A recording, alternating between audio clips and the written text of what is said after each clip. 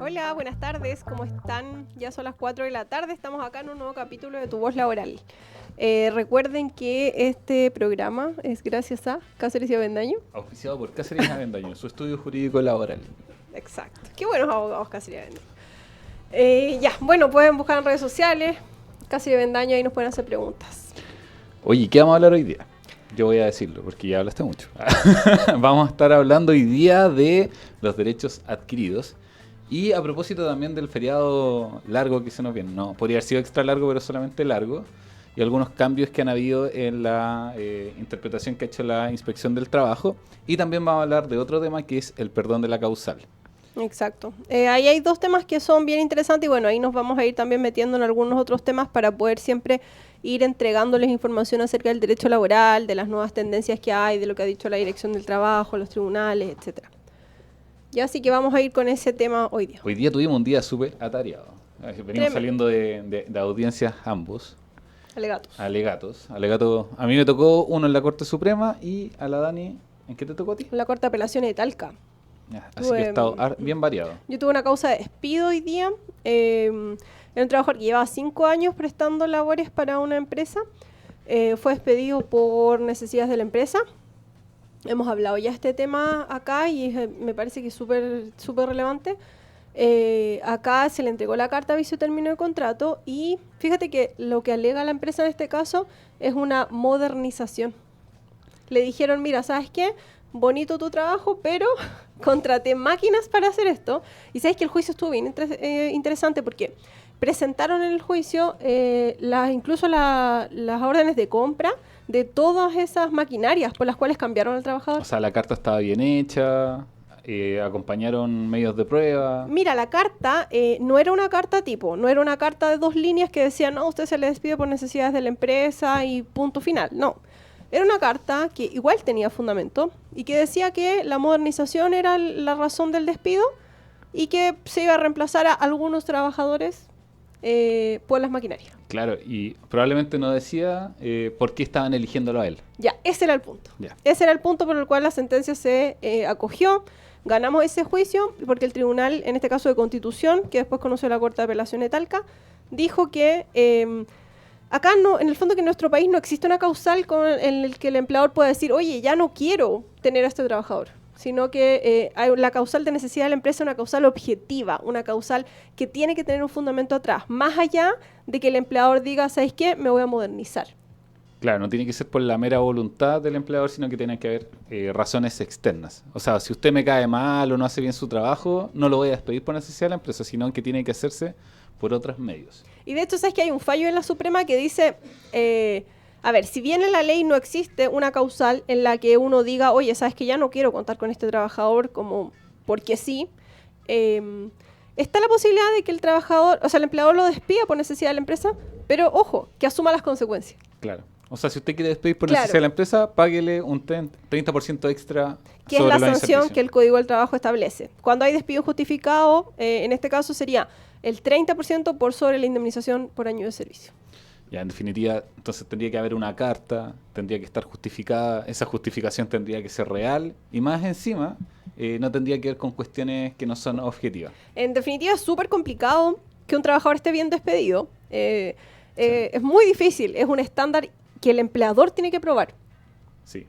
Y nosotros sabemos cuándo la carta está bien y cuándo está mal, así que si tienen alguna carta, si están despedidos, algún vecino, compañero, familiar, mándenos la carta, nosotros la revisamos y les podemos decir si es que procede o no una demanda por despido De injustificado. hecho, la carta es Ujú. clave, es súper importante la carta de aviso de término de contrato. Es la forma que nosotros tenemos de ver si es que efectivamente el despido va a estar o no ajustado a derecho y si podemos o no presentar una demanda.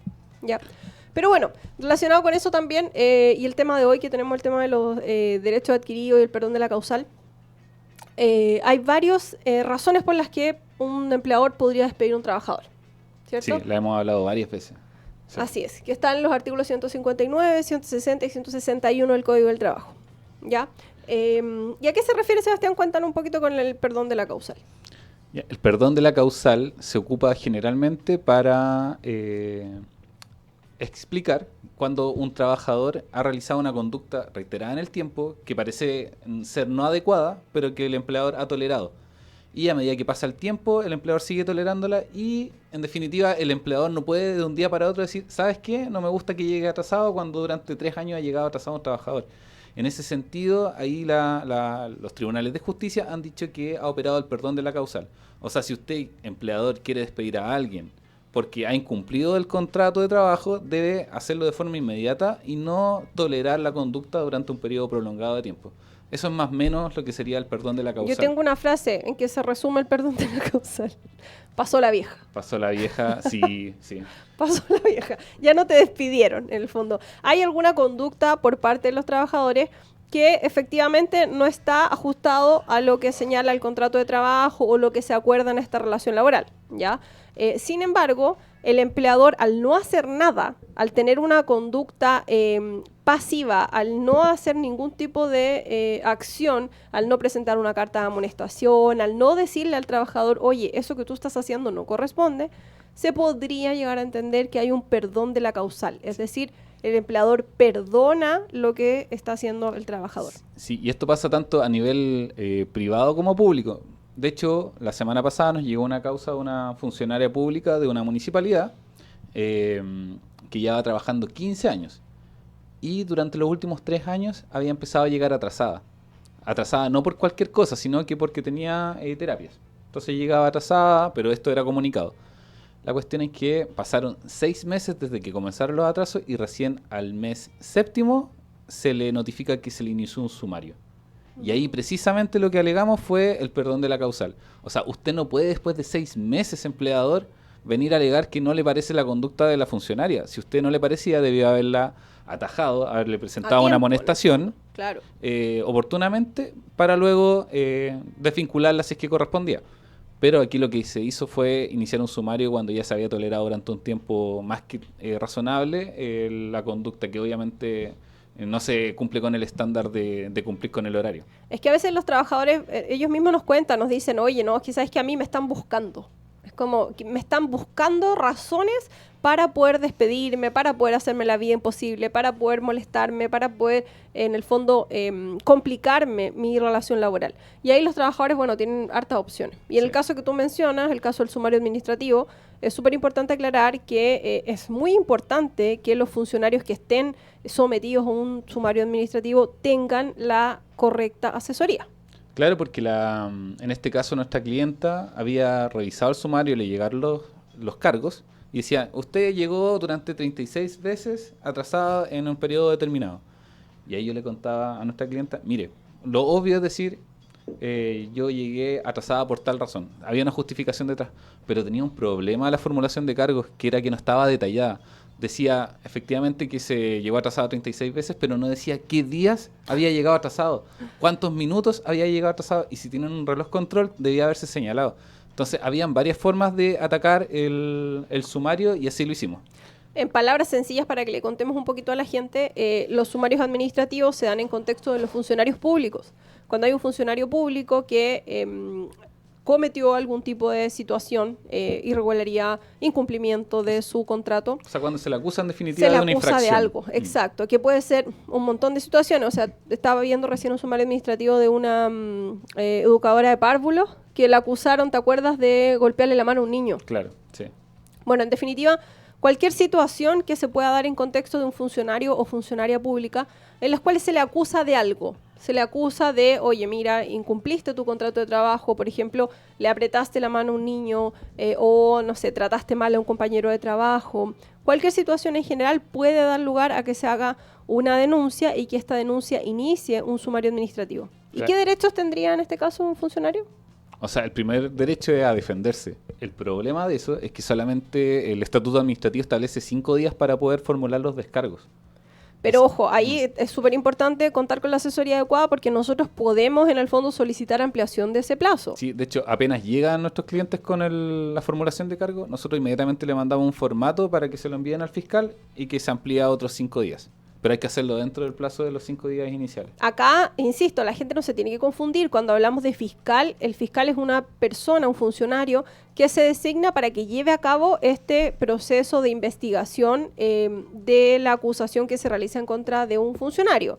Acá no tiene nada que ver el Ministerio Público, no tiene nada que ver los juicios penales, nada que ver. Sí. Y lo otro que pasa en los sumarios es que son súper extensos, o sea, son largos, son realizados por fiscales o sea, es un funcionario en definitiva, como decía Daniela. Que le dan el cacho de investigar. Claro, y que no le gusta y generalmente no son abogados, entonces lo hacen de forma lenta. No, y no lo tampoco hacen tan conocen bien, sí. los derechos a los que tiene, derecho, valga la redundancia, el acusado, que en el fondo tiene que tener un juicio justo, tiene que tener la posibilidad de rendir pruebas, la posibilidad de defenderse, tienen que estar garantizados los derechos fundamentales que están en todo juicio. No pueden, en el fondo, por decir, no, sabes que esta cuestión administrativa nomás, y que en realidad hay cosas que no nos importan. Eso no es así. Sí, y el problema de que sean tan largos es que al final terminan generando un problema mental en los trabajadores que se están siendo, o sea, están siendo víctimas de un procedimiento largo, que es poco objetivo, que les genera consecuencias también familiares dentro de lo laboral. Y lo que no saben mucho es que estos sumarios tienen un plazo, y el plazo está establecido en la ley y es solo de 6 meses, pero muchas veces se extiende. O sea, muchas veces, Generalmente. el 99,9% de las veces. Y ahí está el punto, porque cuando pasan más de 6 meses, se puede presentar un recurso ante la Corte de Apelación y podemos bajar el procedimiento por el tema del lapso del tiempo, que es una cuestión que no se hace generalmente, pero que nosotros lo hacemos en el estudio. Es que hay un montón de herramientas que tienen los funcionarios para defenderse en caso de sumario y que pueden terminar incluso los sumarios por la destitución del cargo, por la prohibición de ejercer cargos públicos durante al menos 5 años, por multas. ¿Te acuerdas el otro día atendimos a un trabajador que tenía un descuento de su sueldo de un 50% por mucho tiempo? Una medida prejudicial. Llevaba como 3 años en el sumario y se le notificó que tenía un descuento a través de su liquidación. De un día para otro le llega a la liquidación de sueldo y aparecía con la mitad de su sueldo. Y llevaba un montón de tiempo recibiendo la mitad de su sueldo y no había hecho nada. Qué increíble. Sí, bueno, pero ahora lo vamos a ayudar. Sí, por supuesto. Sí. Llegó Lo bueno de los sumarios es que se pueden abordar en cualquier etapa. Desde el inicio hasta cuando ya está incluso destituido podemos presentar recursos. Así que no pierdan la esperanza. Y por ejemplo, como pasó en ese caso, alegamos el tema de los derechos adquiridos. Pero Sí. vamos a volver con ese tema a la vuelta de la pausa musical.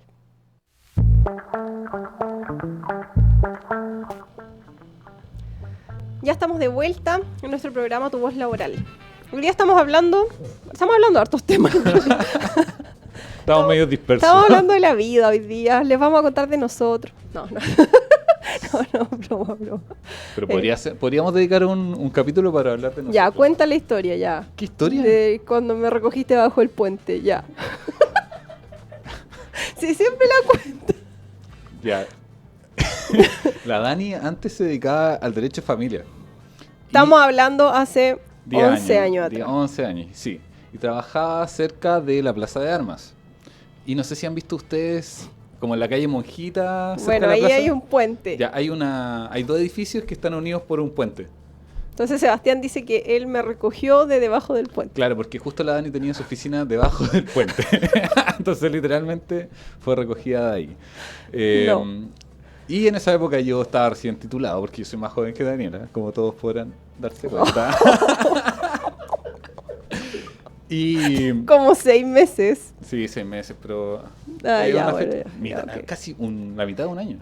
Ya, y la cuestión es que ahí nos conocimos y empezamos a conversar y se nos ocurrió la idea de hacer el estudio jurídico que sería en daño, pero ahí está el chiste, que el tema es que yo la recogí debajo del puente y eso nunca va a olvidarse. Ay, Dios mío, que hay que tener paciencia. Ya, vamos al tema que nos convoca. Solo permití este momento porque hemos tenido una semana llena de cosas, llena de audiencia, llena de todo. Entonces, estamos con muchos clientes, así que igual les agradecemos obviamente a todos los que nos contactan y que confían en nosotros y lo damos todo en verdad. Sí, estuvimos estudiando harto para ir a las audiencias del día de hoy. Ya, hoy día vamos a hablar de los derechos adquiridos. Ya, viene muy pronto el feriado de Semana Santa. ¿Y qué pasó? Recordemos que hay ciertos feriados en nuestro país que son feriados irrenunciables. Eso quiere decir que nadie puede trabajar. Claro, por ejemplo... Salvo. Ya, vamos salvo primero algunos. por los... ¿Cuáles son los feriados irrenunciables? Ya, los feriados renunciables cinco. son el del Año Nuevo, el del 1 de enero, el de Navidad, 25 de diciembre, el 18 de septiembre y El 1 de mayo, el y Día el del 1 de Trabajador. mayo, el Día del Trabajador. Exacto. Esos días son feriados irrenunciables. Eso quiere decir que el trabajador no puede por ningún motivo trabajar. Y solo pueden funcionar aquellos locales que son excepcionales, que la ley señala expresamente. Que son, por ejemplo, los locales atendidos por su propio dueño. Por su propio dueño, casinos, los cines, Cosas como de restaurantes, entretención, sí. claro. Pero son excepciones señaladas expresamente en la ley. El resto de los trabajadores no pueden trabajar porque es un feriado, como su nombre lo dice, irrenunciable, ¿cierto? Y esto tiene como objetivo que la gente descanse. Claro, fomentar la vida familiar, cuando son feriados religiosos, no sé, realizar el ritual espiritual que les corresponda de acuerdo a su creencia. De hecho, por ejemplo, ahora viene Semana Santa, ¿cierto? Sí. Y ahí tenemos una coalición de derechos. Tenemos dos derechos que se juntan, porque por un lado tenemos los derechos religiosos, que de todas maneras, aunque la gente pueda decir, oye, pero no sé, eso me parece una tontera, existen derechos que tienen que ver con el ámbito religioso y que están incluso consagrados en nuestra Constitución Política de la República. Claro, más allá que algunos se aprovechen, algunos que no creen en esa religión, por ejemplo, y utilizan para, no sé, para salir de vacaciones, no sé, juntarse con los amigos. El objetivo, en el fondo, que busca la ley con estos feriados, en este caso son feriados religiosos, busca que la gente que adhiere a algún tipo de religión pueda tener esos días para dedicarse al descanso, en el fondo, a la reflexión, qué sé yo. Pero, ¿qué es lo que pasa? Viene ahora este feriado de Semana Santa. A ver, Jesús de Nazaret, como hace 40 años ya. ¿Todavía lo harán? ¿Lo dan? ¿O no? ¿Sí? TVN. No. Sí. Ya, bueno. Entonces, ¿qué pasa con este feriado de Semana Santa? No es de los feriados irrenunciables que señala la ley, porque como ya los señalamos, son solamente los 5 que ya indicamos y ningún otro. Entonces, todo el resto de los feriados no son irrenunciables. Entonces, sí se puede trabajar. Eso es lo que hay hoy día en la ley. Pero, ¿qué pasaba? Se estilaba, es común, en el fondo, que hasta el año pasado los feriados de Semana Santa, las multitiendas, los malls, estén cerrados. Entonces ahí, ¿qué pasó?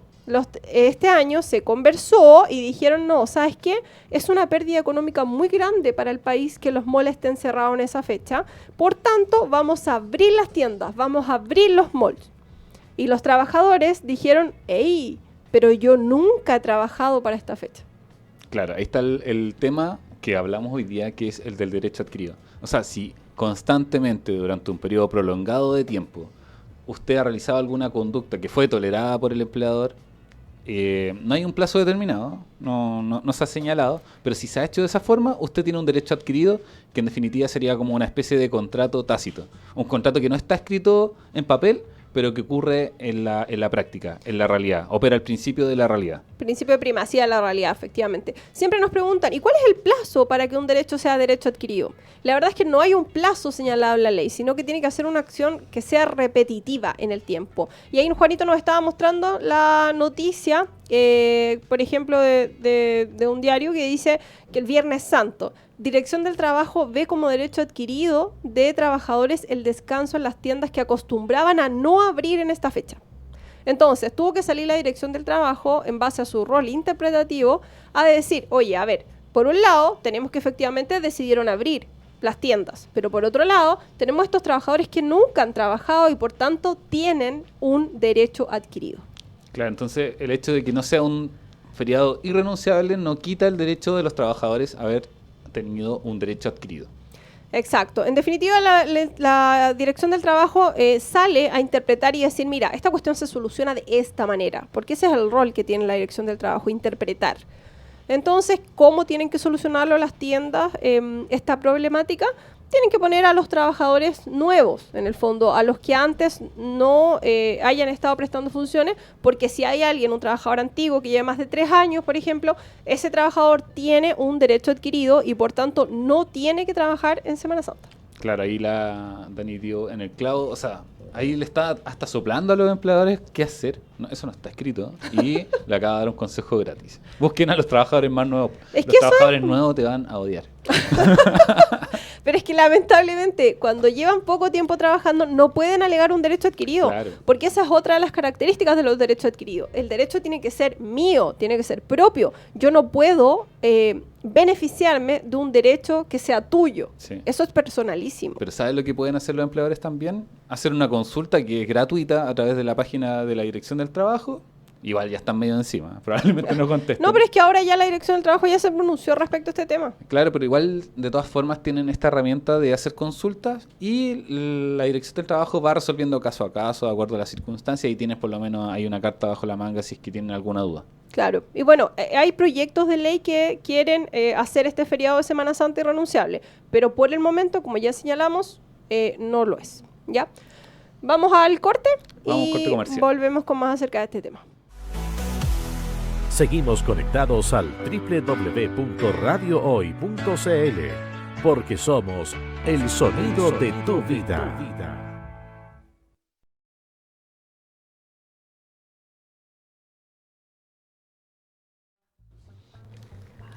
Ya estamos de vuelta en nuestro programa Tu Voz Laboral. El tema de hoy respecto al derecho laboral son los derechos adquiridos y el perdón de la causal. Derechos adquiridos en el sentido de que, independiente de que haya derechos que no estén plasmados en un documento, que no estén en el contrato, que no estén en un anexo de contrato, hay derechos que tienen los trabajadores por el hecho de que los tengan en la realidad. Sí, hoy se me ocurrió otro derecho que no habíamos hablado. No, pero por ejemplo, en algunas empresas para el día del cumpleaños se da como día libre o se da algunas. mediodía. Claro, Sí. ese es un ejemplo en el que podría alegarse un derecho adquirido. Si, por ejemplo, me dieron el día libre durante 3 años para el día de mi cumpleaños y resulta que el 4º año tuve ahí una discusión con mi jefe y mi jefe me dice, no, el día de tu cumpleaños tienes que trabajar. Ay, pero ¿por qué? Bueno, ahí no va a poder celebrar, va a tener que celebrar el día que le corresponde, que tenga libre. No, porque ahí el trabajador o trabajadora podría alegar que eso es un derecho adquirido porque ya lo ha permitido el empleador durante repetidas ocasiones, independiente de que no esté escrito en un papel. Oye, pero ¿qué hace el trabajador que... Llora. Ya, claro, no me dieron mi día de cumpleaños y a todos se lo dan y a mí me lo había dado durante 3 años. ¿Qué hace? Aparte de llorar, porque obviamente va a llorar. Contactar a Cacería Vendaño para tener la mejor asesoría jurídica que pueda tener en su vida. Sí. ¿No? Bueno, aparte de contactar... Ya, pero ¿qué va a decir Daniela si es que recibe este llamado de esta persona llorando? Pero tú quieres como el chiste, ¿tú quieres un consejo o una asesoría? No, quiero un consejo. Ah, ya, el consejo es que tomes mi asesoría. No, ya. Ya, bueno. No, puede ir a la dirección del trabajo. Eso es lo que puede hacer el trabajador que vea afectado sus derechos, sea que estos derechos estén escritos o sean derechos implícitos como los derechos adquiridos. Claro, en definitiva, cuando se dice que hay un contrato, el contrato no solamente tiene que estar por escrito. O sea, puede ser verbal. Usted cuando llega a un acuerdo con alguien, no todo lo escribe, sino que también llega a acuerdo de forma verbal y eso también tiene el mismo valor.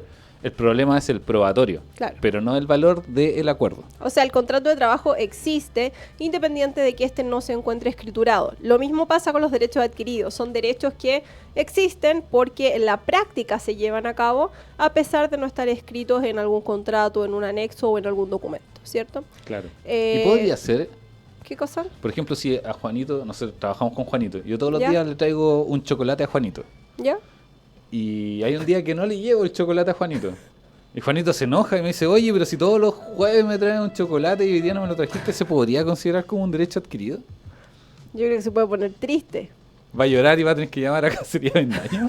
Yo creo que quizás podría alegrarse porque va a bajar de peso al no comer chocolate. Pero más allá de eso, me parece que no, porque no sería parte del contrato de trabajo, en el fondo sería fuera de este. Yo hago esto porque de repente la gente nos pregunta cada cosa, así que... Mira, el no hay otro día preguntas tontas. hablé con una trabajadora que venía terminando su fuero. Bueno, ustedes saben que hay 3 tipos de fuero en nuestra legislación.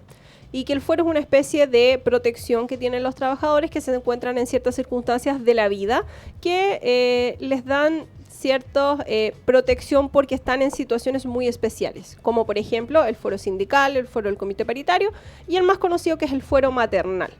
Cuando una mujer se queda embarazada, desde ese momento comienza a regir el fuero y el cual dura hasta que el hijo o hija tiene 1 año y 84 días de edad, ¿cierto? Ese es el fuero. Por otro lado, existen otros derechos maternales, como por ejemplo el derecho de alimentación o amamantamiento, ¿ya? A pesar de que se llame amamantamiento, no se limita a las mujeres que amamantan, sino que por eso se le llama de forma más amplia derecho a alimentación, ¿ya? Y este dura hasta que el niño o niña tienen 2 años. Entonces, en este contexto, la trabajadora me preguntaba, me decía, mira, mi hijo va a cumplir 2 años, desde que nació, desde que volví de mi postnatal, yo tengo este derecho a amamantamiento y por tanto entro 1 hora más tarde a mi trabajo o salgo 1 hora antes. Ese es el derecho que tienen todas las mujeres. De alimentación. De alimentación, exacto. Entrar es 1 hora menos de trabajo en el fondo. Que la ley lo piensa que está dedicada a que tú alimentes a tu hijo.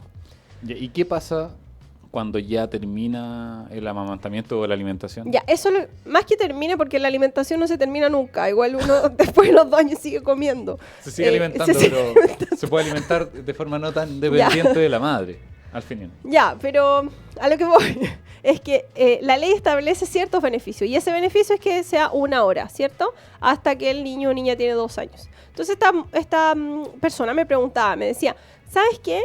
Ella me decía, yo creo que a mí me tienen que mantener este horario que me beneficia porque yo trabajo 1 hora menos, porque es una especie de derecho adquirido. Esto puede ser un derecho adquirido porque ella me dijo, yo leí que para ser derecho adquirido tenía que permanecer por 6 meses y yo llevo mucho más tiempo entrando 1 hora más tarde. Se quería aprovechar de su situación. Ya, en ese caso la respuesta es no, absolutamente no. Claro, pero no es no porque no, sino porque la ley establece un plazo en el que va a perdurar este derecho. Por lo tanto, no puede extenderse más allá del plazo establecido en la ley. Exacto. Y acá no hay un derecho adquirido. Acá hay un derecho que está establecido en la ley. No es un derecho que adquirió por costumbre, no es un derecho que haya adquirido porque se va perpetuando en el tiempo, sino que se adquirió por un origen legal. Y por tanto se termina cuando la misma ley señala que este se acaba. Claro, el derecho en definitiva puede emanar de la ley, del contrato, de un contrato colectivo, del reglamento interno y de la situación que se repite de forma constante en el tiempo y que es tolerada por el empleador. Entonces, si es que de alguna forma se adquiere ese derecho, se podría mantener. Pero en este caso, como está en la ley, en ese caso no operaría el derecho adquirido. Exacto. El derecho adquirido es aquel derecho que no está en la ley. Porque si está señalado en la ley, siempre va a primar la ley. Y de hecho, pongámonos en un caso más extremo, que puede rayar un poco el absurdo. Pero ponte tú que el trabajador diga, no, ¿sabes qué? Yo creo que es derecho adquirido, no sé, te voy a poner una tontera, trabajar 20 horas al día. No. Es como, tú no puedes hacer eso porque no puedes ir en contra de la ley. La ley siempre va a primar porque la ley establece límites. Y el derecho del trabajo, tanto en el Código del Trabajo como en las leyes complementarias, que son todas de materias laborales, tienen siempre en vista el principio prooperario, que es el principio que beneficia a los trabajadores entendiendo que no se encuentran en una misma circunstancia. No están en el mismo nivel los trabajadores y los empleadores. Claro, y aquí hay un derecho, o sea, un principio que se habla en el derecho privado, que es, se puede hacer todo aquello que no esté prohibido. Y por lo tanto, aquí el tema de las horas extras tienen un límite y por lo tanto no se podría establecer como un derecho algo que es ilegal. Eso Nunca se puede pasar por sobre la ley, jamás, eso no va a pasar nunca. Y en el derecho laboral específicamente hay ciertos principios rectores entre los cuales se encuentra este que privilegia al trabajador. De hecho, la misma ley nos señala que si hay dudas en cuanto a la interpretación de una norma, siempre se tiene que privilegiar el sentido que favorezca al trabajador. Bueno, en definitiva, le contestaste, imagino, esto. Y le dijiste que no podía quedarse trabajando 1 hora después de lo que como lo estaba haciendo hace ya prácticamente más de 6 meses, dijo. Así es. Así que bueno, tema de los derechos adquiridos, existen, por supuesto que sí. Otro ejemplo podría ser algún tipo de bono, algún tipo de beneficio. Aguinaldo. El aguinaldo es típico. Los aguinaldos, ¿sabes qué? Ese tema es bueno. Sí, tienes toda la razón. Sí, nos estamos adelantando porque el aguinaldo que viene es para septiembre, el más cercano. Falta, claro. Hay que aguantar. Pero en el fondo, si ya me han dado el aguinaldo durante 3, 4, 5 años seguidos, se entiende también que es un derecho adquirido y que el siguiente año también lo tengo que recibir, independiente de que no esté señalado en el contrato de trabajo. Claro, aquí vemos la repetición constante en la que le otorga el derecho al trabajador. ¿Sabes que ayer me hicieron otra consulta desde un sindicato de trabajadores?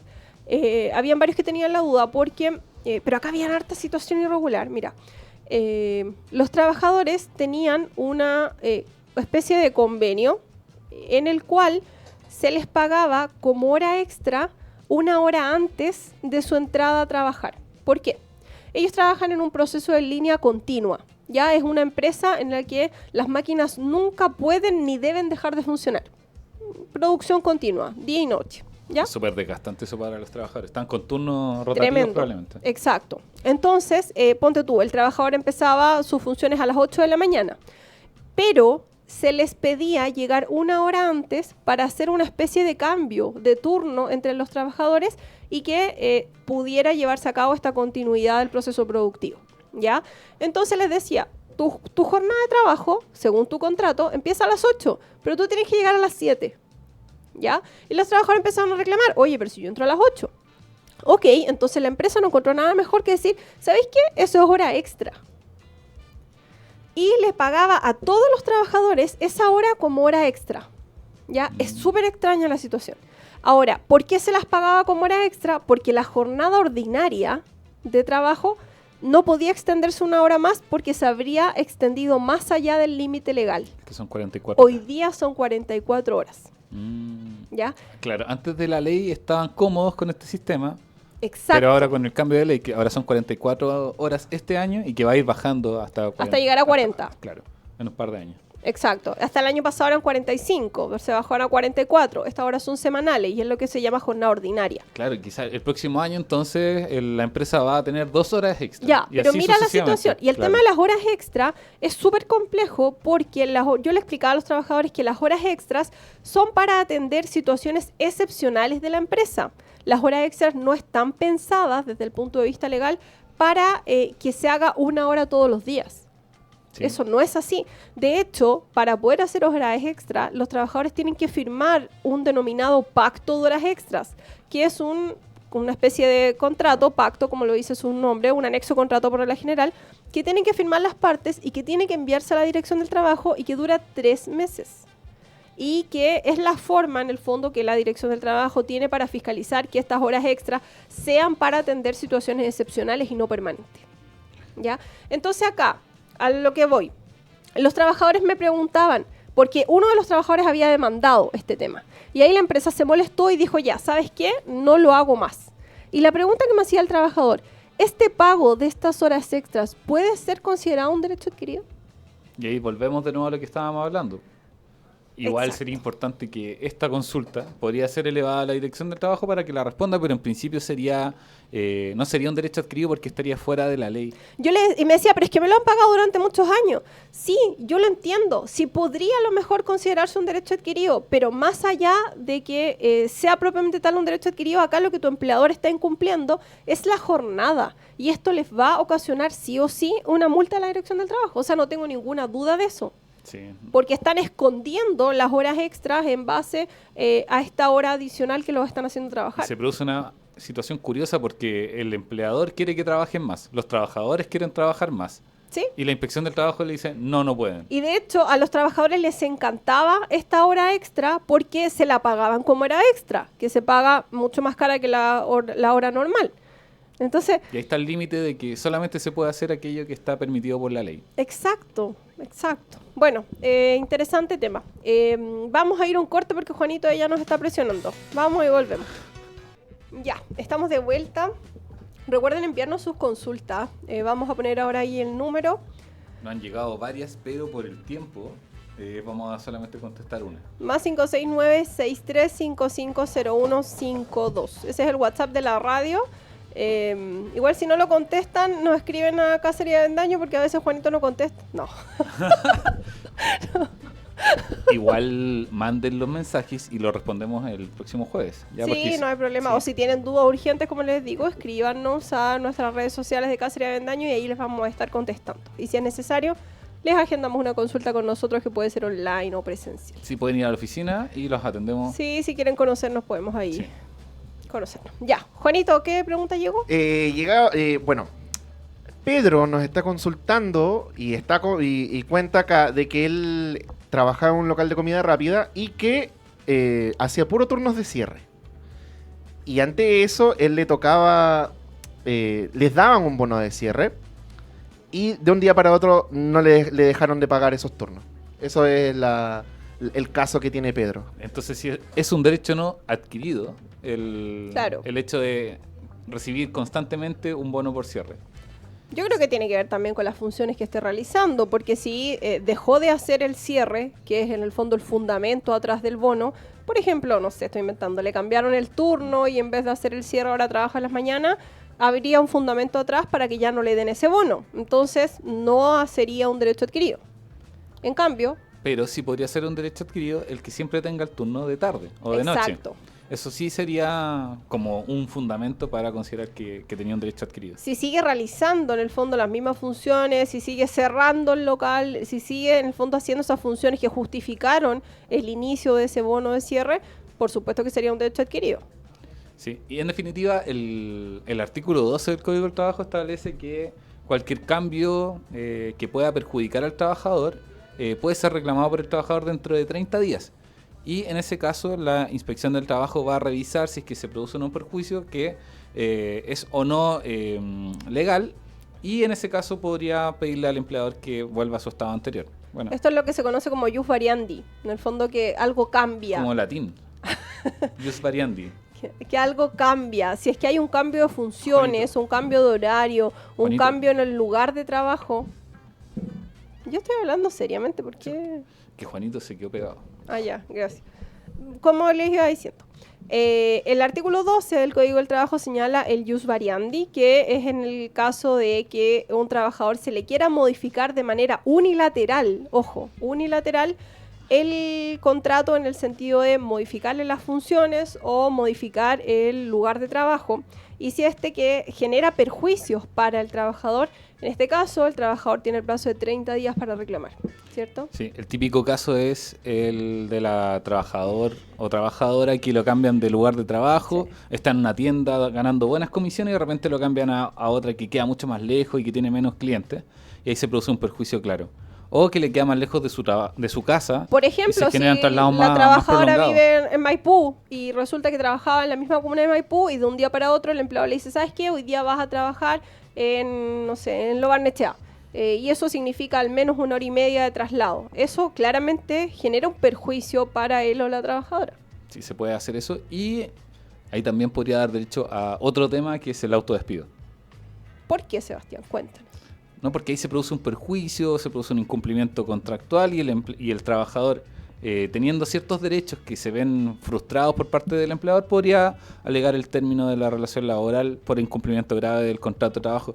Y de esa forma podría también obtener sus años de servicio, mes de aviso y un recargo de incluso el 80% en casos calificados. Recordemos que el autodespido es la forma que tiene el trabajador de poner término a la relación laboral sin tener que perder sus indemnizaciones.